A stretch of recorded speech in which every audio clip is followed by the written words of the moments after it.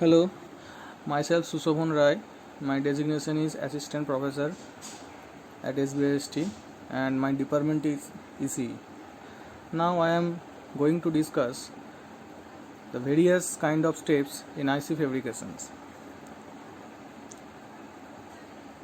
So these are the outcomes which I have been included in this lecture. First one is the schematic of wafer. Various components of wafer, the cross-sectional view of MOSFET. Then I also discussed about CVD process, chemical vapor depositions, patterning process, which is basically called the lithography.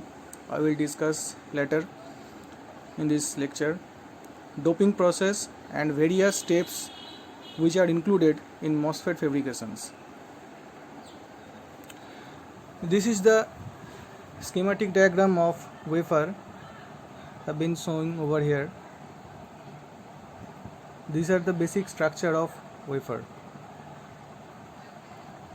And this is called the notch point. From the helping of this notch, we can point or we can locate the particular orientations of integrated chips or die fabrications. Okay, these are the different kind of sectors are present over here. Each and every small box or sectors are known as die or chip,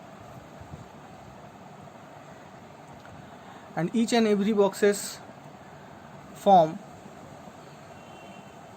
with respect to each other with electrical contacts.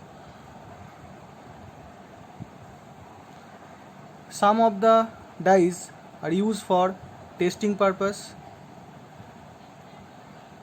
If we observe in this diagram, we can see that some of the dies are not complete. Actually, each and every boxes or each and every die, a complete die is looking like a rectangle. But if we going to the surface of the wafer or the edge of the wafer, you can notify that some of the dies are incomplete. Okay, some of the dies are incomplete as compared to this complete die. So if you want to fabricate IC, the main starting material will be a wafer. This is nothing but a wafer is made by different kind of semiconductor material.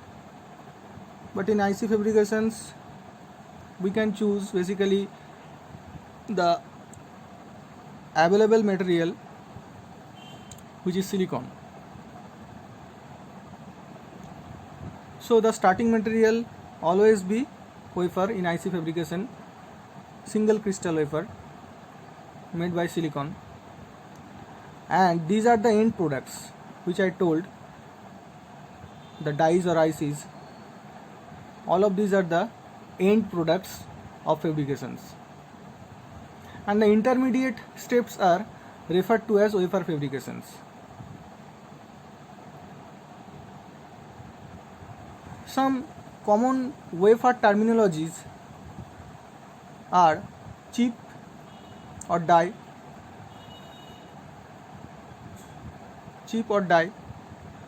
device, then it will be device, then circuits. These are the basic steps or the common steps which are included in wafer terminology.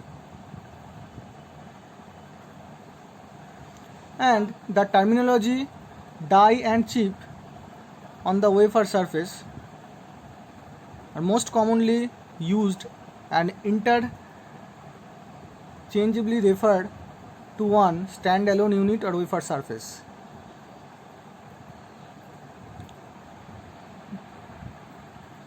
This is the wafer, basic wafer, and these are the sectors, and each and every sectors are called die or chip, and each chips are connected to other chip by electrical contact.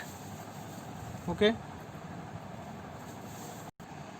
Now here one point have to notice that the area between the dies or chip is called scribe line. If we observe this point, the zooming point, this is called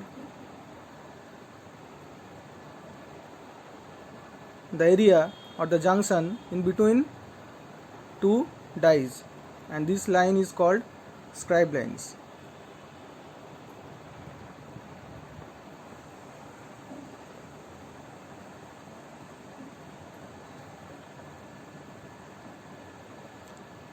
Scribe lines, which is basically called the scribe lines. This is used for separating the individual dies when fabrication is completed. Scribe lines can be blank, but most often they consist of testing structures, and these kind of testing structures are basically known as electrical testing. This kind of testing structure is called electrical testing, and the end process is called the quality control process. There are also some edge dies or partial dies at the corners. If we observe across the corner, we can see there are some incomplete dies, and these are basically called the edge dies, and these dies can be used for making smaller testing circuit for process control. These dies are basically used for corner dies, which are incomplete dies, and these dies are basically used for process control, and we can also use testing purpose. We can use also this kind of dies testing purpose.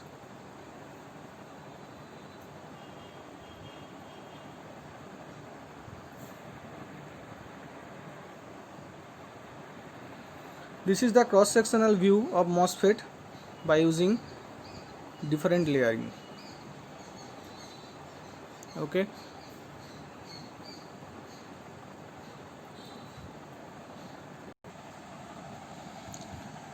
From this description, we can also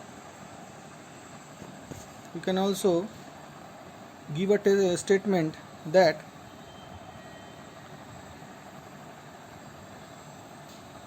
larger the wafer size, if the size of the wafer is increased, more number of chips or dies can be manufactured.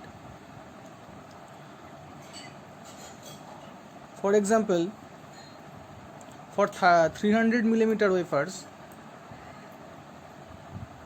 this translates to a total 440 dies including edge chips, while with 450 millimeter wafers the total number of dies are 994. Area of wafer by area of die calculations. I got this kind of information basically.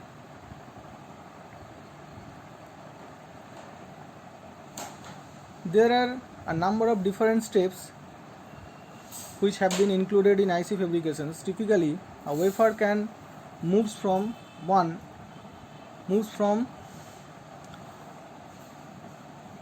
processing step to the next processing step, similar to an assembly line manufacturing.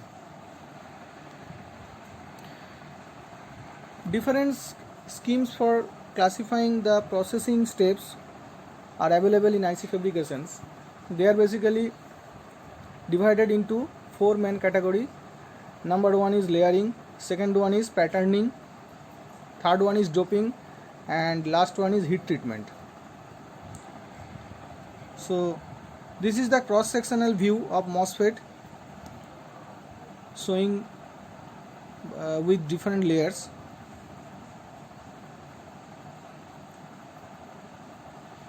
Here we can see that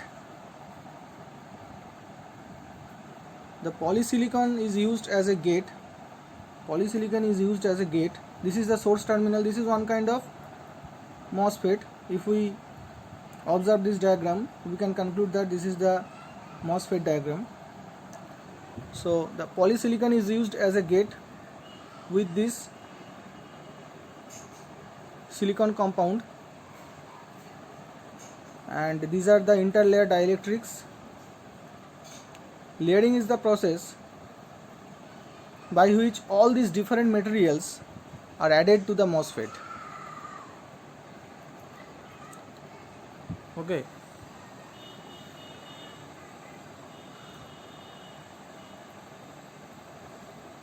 Here also highlighted the various thin layers are present in this device.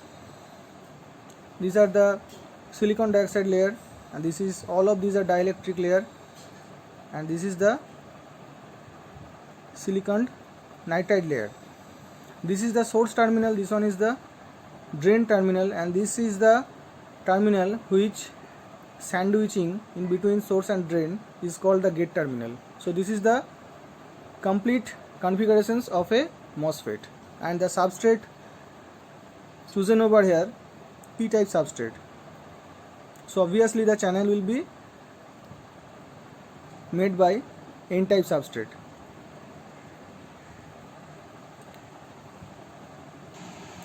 So the different layers help in defining the various components of MOSFET and obtaining a functional device.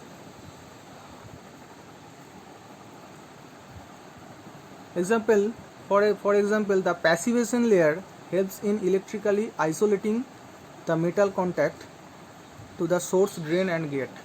This is the passivation of layer. By using this layer we can isolate the metal terminal. This black terminal, this is basically called the metal terminal, from the substrate terminal, okay, which are basically known as source, drain and gate terminal. So if you want to isolate the metal terminal from the device, passivation layer help us, which are basically electrically isolated. In the case of grown and deposit layer, basically in the case of grown layer, the underlying wafer material,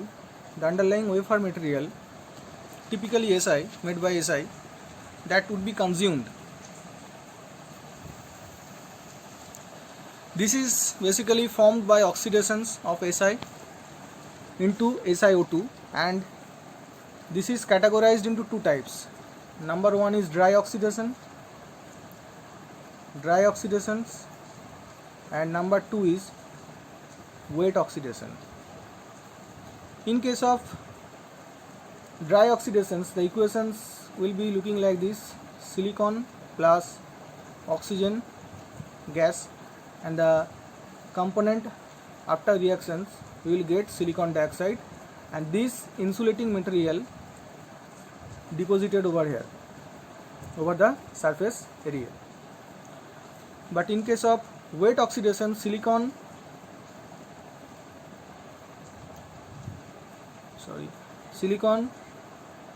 react with H2O then we will get silicon dioxide and hydrogen gas, and this silicon dioxide deposited over here as an insulating layer on the surface of the material. So this is the common cross-sectional view of MOSFET with different layers. Layering operations are classified into two types. One is based on grown, another one is based on deposition.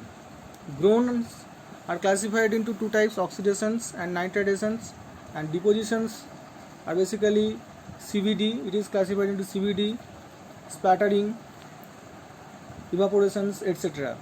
Electroplating, all of these are under deposition types. This is the process, the main process, which is called chemical vapor deposition, CVD process, by which silicon's growth has been occurred. By using this process, polycrystalline silicon is formed across the output or after the reactions of the component, and which will be deposited on the wafer. And this kind of silicon can be doped and used as the gate terminal for the MOSFET. Silicon dioxide layer is formed on the surface. Silicon dioxide layer has been formed, basically I have shown over here. The silicon dioxide layer has been formed the surface of the material, and it is also consuming the underlying silicon layer. Okay, so CVD is basically takes place in the vapor phase, and it is very useful for growing polycrystalline silicon.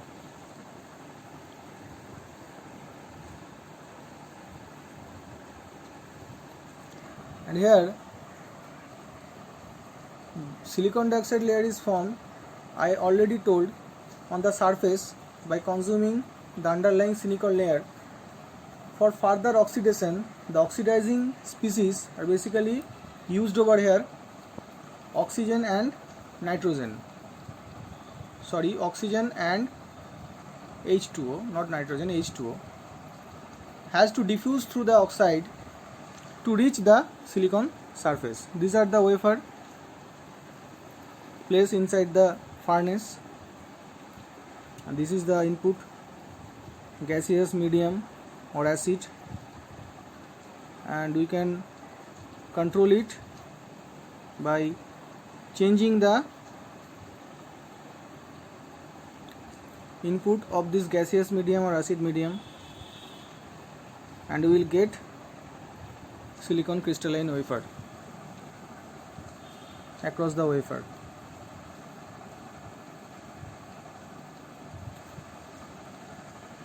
This is the overview of patterning process, and this technology is basically called the lithographic technology, which is very important. Before going to lithography, I want to tell there are two kind of resist are basically used in lithography technique. One is positive photoresist, another one is negative photoresist. This is the diagram of semiconductor material. This is the silicon substrate which have been chosen over here, and the ground layer is silicon dioxide layer, insulating layer, which have been deposited by CVD technique. And over silicon dioxide, and another layer is formed, and this layer is consumed. This layer is formed by using photoresist, and these are the two types. The two kind of photoresist are basically used. One is positive photoresist and another one is negative photoresist.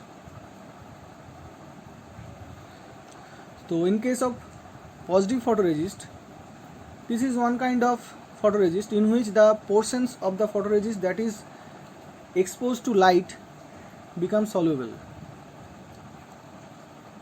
The exposure portion of the positive photoresist is soluble, but in case of negative photoresist, the exposure portion is not soluble. It is just the reverse of the positive photoresist. Okay, so patterning, this is one kind of lithography, is one of the most important steps in IC fabrications or wafer fabrications. By these kind of steps, we can selectively collect, mask and expose portions of the surface for deposition, doping or etching.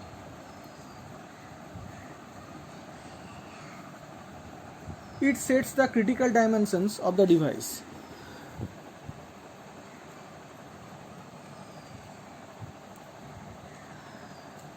The drive to pack more device in a chip, which are basically smaller device, is directly related to the ability of the pattern small region in the wafer. If the patterning is not proper, then we are not getting appropriate chip, and these kind of chips are basically called the defective chip. Okay, this is a very challenging work in semiconductor industry. The main challenge, the main goal is reduction of device size, reductions of device size, and increase the performance or their ability by using this patterning.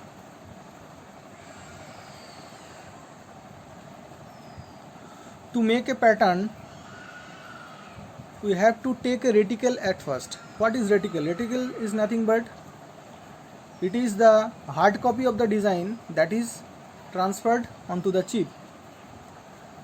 Reticle is nothing but this is the hard copy of the device. Here we can see this is the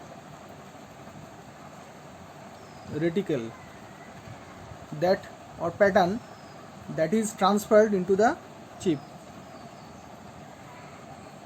Okay, so this hard copy is generated by writing the pattern over here, writing the pattern.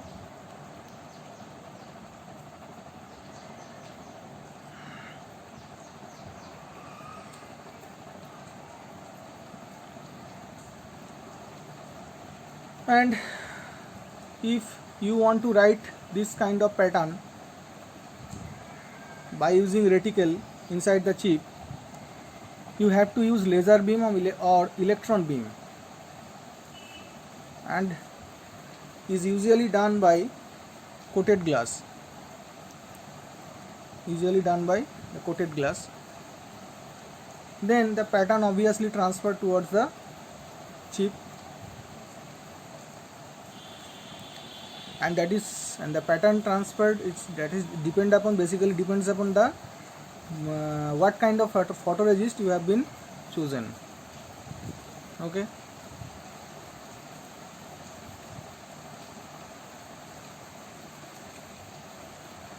this is the doping region in wafer. From this diagram we can see that this is the oxide layer which have been formed over the surface region, and this is the doped material. As the substrate is p-type, I told you in earlier lecture, as the substrate is p-type, obviously the doped channel or the doped material will be n-type. And here the oxide layer is used as a hard mask to control the region where doping is occurring. Now in this diagram we can see that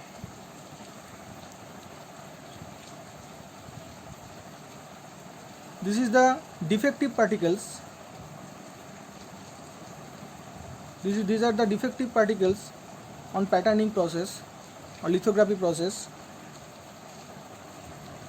Defects that cause the damage. These are the dust particles, and this is the pattern which have been transferred, which have to transfer, you want to transfer over the surface of the semiconductor material. These are the dust particles which are included inside the patterns, and due to these particles what will be happened, we are not getting the actual pattern across the semiconductor surface which user or you want to transfer actually, and defects that cause damage to the IC, and this kind of defects are basically called the killer defect. This kind of defects are basically called killer defect. Okay.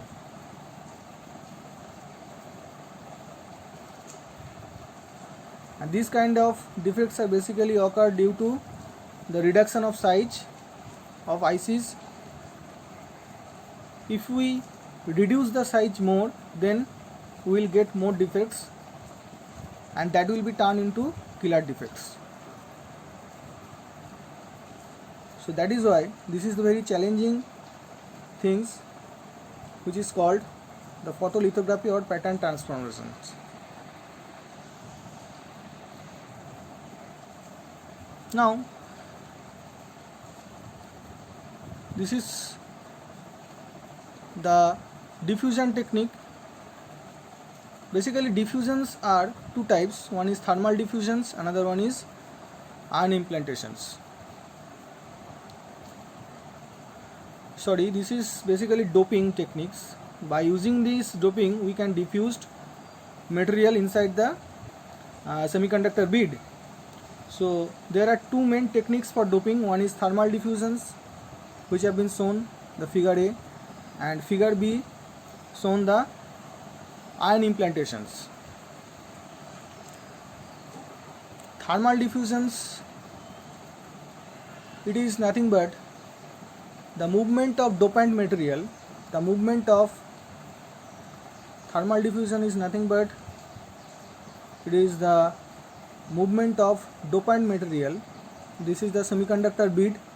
These are the two electrode terminals, and these are the dopant material which have been added to the bulk of the material, and this kind of diffusions of material basically occurred by thermally. The wafer has to be heated to high temperature around 1000 degree centigrade. This kind of process is happened over 1000 degree of centigrade. The wafer has been heated over this temperature. Then what will be happened? The material has been diffused across the bulk of the semiconductor. For N-type doping, if we used N-type doping, then we could use P2O5, PH3, this kind of material. But in case of P-type doping, we can use BCl3, B2O3. All of these are components, chemical compounds we have used for doping. Thermal diffusion is an isotropic process. Okay, this leads to lateral spread of the dopants. We can see from the diagram. After diffusions, after added dopants, they will be diffused and towards the bulk of the material, and it is one kind of isotropic process, and it is called the lateral diffusions. Gradually these dopants are spreaded or diffused across the bulk of the material or the wafer.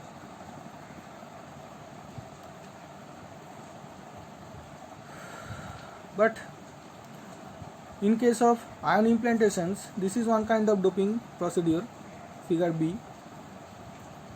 In case of ion implantations, the dopants atoms are ionized and then made to impinge on the wafer surface where they penetrated. Okay, if we compare these two diagrams, we can conclude that in case of thermal doping, the concentrations, the highest concentrations, thermal diffusions, the highest concentrations is the surface, is at the surface, but for ion implantation the highest concentrations of dopant just below the surface, just below the surface. Okay.